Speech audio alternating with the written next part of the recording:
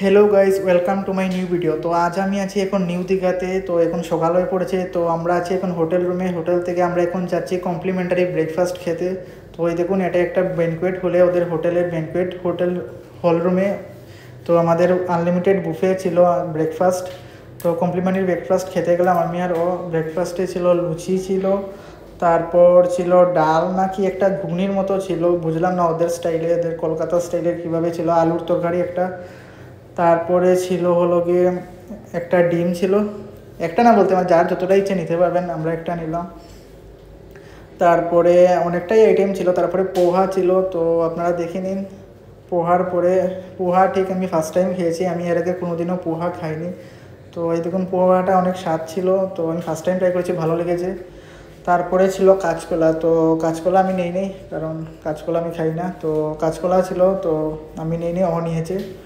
তারপরে প্লেটটা পুরো সাজিয়ে একটু ভিডিও করে নিলাম। তারপর আমি খাচ্ছি, আমি শুধু লুচি আর আলুর তরকারি, ডিম আর নিয়েছিলাম পোহা নিয়েছিলাম একটু। তারপর আমরা হোটেল রুমে এসে গেছি, আপনার স্নান করে এখন চলে এসে পড়েছি নিউ দীঘা জগন্নাথ মন্দিরে। নিউ দীঘার যেটা নতুন স্থাপিত হচ্ছে জগন্নাথ মন্দির, এই জগন্নাথ মন্দিরে আসলাম। আমরা ঢুকছি ভিতরে, অনেক সুন্দর জগন্নাথ মন্দির, পুরো অনেক বড় এরিয়া নিয়ে এটা স্থাপিত, অনেক সুন্দর। আপনারা যাবেন দীঘা গেলে, নিউ দীঘাতে অবস্থিত এটা।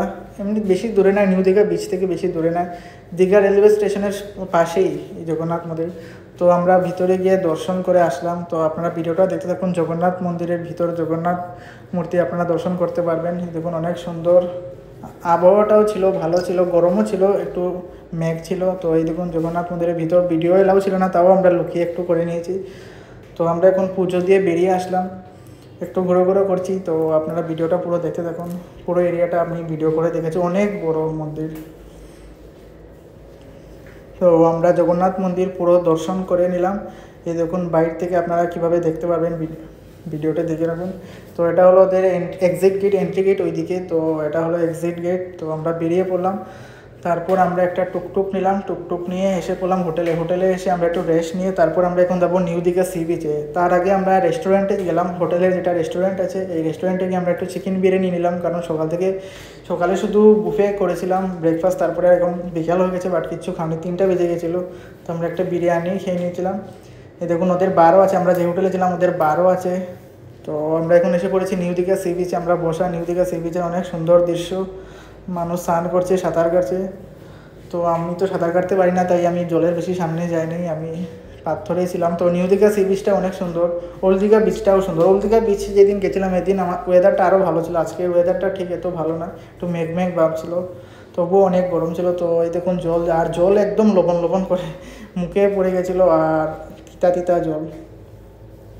তো আমরা নিউ দীঘা বিচ থেকে তারপর আমরা একটু এখন বেরিয়ে পড়বো, রাত্রে হয়ে গেছি, নিউ দীঘা মার্কেটে যাবো একটু কেনাকাটা করে, তারপর আমরা হোটেলে ব্যাক করব। তো হোটেলে এসে আমরা হোটেলের রেস্টুরেন্টে চলে আসলাম, এসে আমরা এখানে ডিনার করে নিলাম রাত্রিবেলার।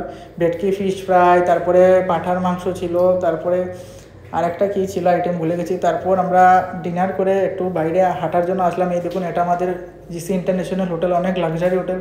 হোটেলের ভিতরে সুইমিং পুল, বার, রেস্টুরেন্ট সব আছে, পাব আছে, তো ভিতরে ক্যাফেও আছে, উপর private swimming pool, social swimming pool দুটোটা আছে। তো আপনারা যদি যেতে চান তো ভিডিও আমি বানিয়েছি, আমার ইউটিউব চ্যানেলে আছে। বাই।